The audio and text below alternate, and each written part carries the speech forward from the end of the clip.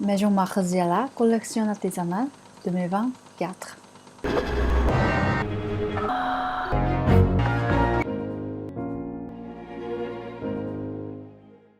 지난 1월 25일 파리의 알렉산드르 3세 다리에서 아주 매혹적인 런웨이 쇼가 펼쳐졌습니다. 10분 동안 기립박수가 터지고 각종 언론에서 찬사가 이어졌는데요. 바로 메종 마르지엘라 2024 SS 오뜨쿠뚜르 컬렉션이었습니다. 그런데 한편으로는 억압의 상징 그 자체인 코르셋으로 몸을 과하게 왜곡시키고 신체 부위를 적나라하게 노출시킨 의상으로 인해 예술인가 시대착오적 외설인가 하는 의문 또한 갖게 했는데요. 예술가에게 표현의 자유가 있다면 감상자에게는 비평의 자유가 있습니다. 그런 의미에서 이번 컬렉션을 감상하고 가감없이 비평을 해보려고 합니다. 현재 메종 마르지엘라의 수장은 마땅 마르지엘라가 아니죠. 창립자인 마땅 마르지엘라는 2009년에 패션계를 일찌감치 은퇴했고요. 현재는 존 갈리아노가 크리에이티브 디렉터로 있습니다. 지방시와 디올에서 수석 디자이너로 명성을 쌓다가 유대인 혐오 발언으로 디올에서 쫓겨나다시피 나왔죠. 그리고 2014년 메종 마르지엘라 수장으로 복귀합니다. 여러 논란에도 불구하고 어쨌든 매년 화려하면서도 갈리아노 특유의 낭만주의적인 감성을 선보이고 있어요. 본격적인 감상과 비평에 앞서서 저는 패션 디자인 전공자도 아니고 패션 브랜드의 조예가 깊은 사람도 아니라는 걸 밝혀둘게요. 그저 하나의 예술로서 바라보고 저만의 시선에서 해석해보는 겁니다. 의상 자체보다는 쇼 연출에 대한 감상과 해석이라는 점도 말씀드릴게요. 이번 쇼는 파리의 웅장함과 우아함의 상징인 알렉산드르 3세 다리 아래에서 진행됐어요. 알렉산드르 3세 다리는 19세기 후반에 지어진 장엄한 아치와 섬세한 장식이 아름다운 파리의 대표 건축물 중 하나입니다. 과학, 예술, 상업, 그리고 산업의 명예를 의미하는 4개의 금동 조각상이 프랑스가 19세기와 20세기에 이룬 영예를 상징합니다. 그리고 빌하켐 다리와 에펠탑도 등장을 하는데요. 파리에서 가장 화려하고 영광스러운 장소와 상징물들이 연달아 등장합니다. 기존 패션계의 규범을 탈피하고자 버려진 허름한 공간에서 쇼를 열었던 과거 마땅 마르지엘라와는 아주 상반된 선택인 것 같아요.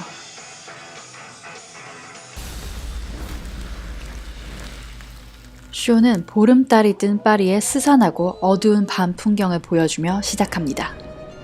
안개가 자욱하고 가로등 불빛이 유일하게 어둠을 밝히고 있죠. 쇼의 전체적인 분위기는 프랑스 사진작가 브라사이에 대한 오마주입니다. 브라사이는 1930년대 안개 낀 파리의 밤거리, 퇴폐와 향락, 그리고 예술로 가득했던 파리의 분위기를 사진으로 기록한 작가인데요.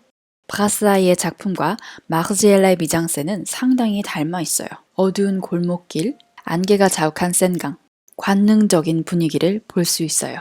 갈리아노가 브라사이의 사진 속 파리의 분위기를 얼마나 생생하게 재현하려고 노력했는지 느낄 수 있죠. 영상에서는 시종일관 긴장과 가쁜 호흡이 이어집니다. 흑백 필름의 스산한 분위기까지 더해져서 히치콕도 떠올리게 하는데요. 쫓기듯이 달리던 한 남자는 코트를 벗고 런웨이 위로 등장합니다. 영상과 실제 런웨이가 자연스럽게 연결되는 장면이에요. 영상처럼 런웨이에는 안개가 자욱하고 짙은 어둠이 내려앉아 있습니다. 모델들은 따로 설치된 무대가 아닌 축축하게 젖은 아스팔트 위를 걷는데요. 다리 밑에서 등장하여 도박장처럼 연출된 실내를 오고 갑니다. 오프닝의 서사와 연출에서 이미 모든 관객은 고혹적인 분위기에 압도됩니다. 그리고 이내 1930년대 파리의 뒷골목으로 이끌려가듯 패션쇼를 감상하게 되는 거죠. 자, 의상에 대한 이야기로 넘어가 볼게요. 오프닝에서부터 의상까지 갈리아노가 상당히 강조한 것이 있습니다. 바로 실루엣인데요. 실루엣은 어스름한 어둠 속에서 형체를 인식할 수 있게 해주는 유일한 요소이죠. 코르셋을 주요 디자인으로 활용한 이유는 어둠 속에서 신체 라인을 극적으로 보여주기 위한 것은 아니었을까요? 서로에게 코르셋을 과하게 조이는 장면이 나옵니다. 마치 고통을 주고받는 가학적 행위를 즐기는 것만 같아요. 갈리아노에게 코르셋은 대체 어떤 의미일까요?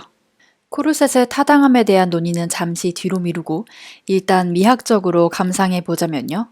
어둠 속에서 옷의 장식이나 디테일보다 더 시선을 빼앗는 실루엣이 1930년대 파리의 퇴폐적인 분위기를 한층 더 짙게 완성하는 것 같아요. 의상의 모티브가 된 또 다른 예술가가 있습니다. 프랑스 야수파 화가인 키스봉 동겐이라는 작가인데요. 여성의 초상화, 파리의 도시 풍경, 보헤미안 생활 양식과 같은 1930년대 파리의 시대상을 보여줍니다. 마흐지엘라 의상에서 당시 초상화를 그대로 옮겨온 듯한 스타일링과 색채를 발견할 수 있어요. 늘어뜨려진 프릴과 은은한 색감으로 물든 투명한 오간자 소재가 마치 키스봉 동겐의 붓터치와 닮아 있네요.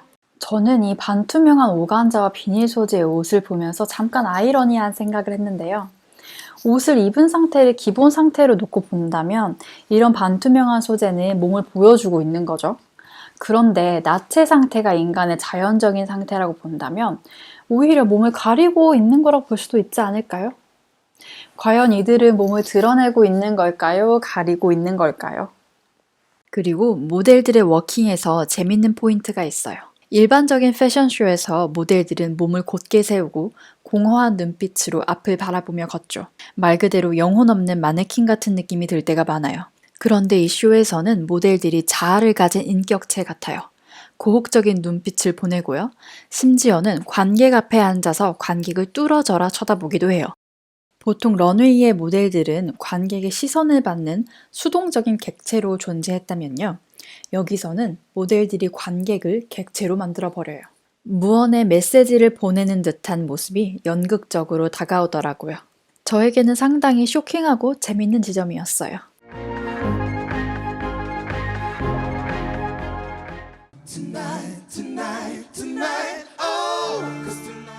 오프닝으로 다시 한번 돌아가 볼게요. 럭키 러브라는 가수의 Now I Don't Need Your Love라는 노래로 쇼가 시작이 되거든요. 그리고 가스펠 밴드의 진한 소울이 느껴집니다. No, I don't need your love. No, I don't need your love. 난 너의 사랑은 필요 없어.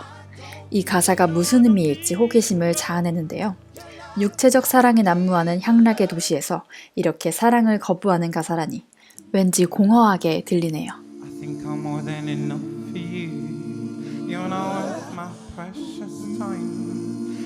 그리고 런웨이가 이어지는 동안 한층 고혹적인 분위기를 완성하는 목소리가 또 있습니다.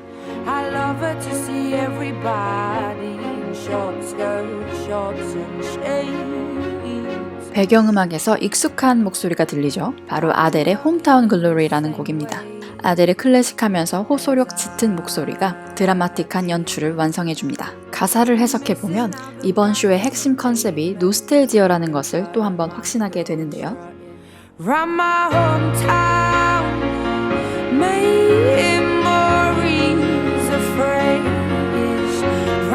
내 고향을 돌아 추억들은 생생해. 나는 도시의 공기가 이렇게 두텁고 희미할 때가 맘에 들어. 실제로 아델이 가수를 하기 위해 고향을 떠날 때 기차 안에서 바로 지은 가사라고 합니다.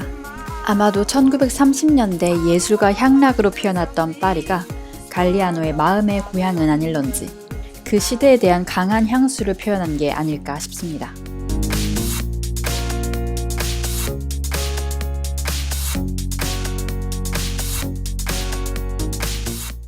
저에게는 예술을 감상하는 두 가지 접근 방식이 있어요.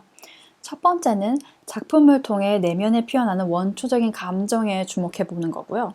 두 번째는 시대적 맥락에서 이해해 보는 거예요. 일단 종합예술가도 같았던 이번 쇼를 보며 제가 느낀 원초적인 감정은 황홀함이었어요. 현장감 있는 미장센, 분위기를 더 짙게 만드는 음악, 단순한 워킹을 넘어선 모델들의 주체적인 연기, 특별히 아방가르드하거나 난해하지 않았던 의상. 누구에게나 가슴속의 황금기일 1930년대 파리의 밤거리에 모든 것이 자연스럽게 녹아드는 것 같았어요.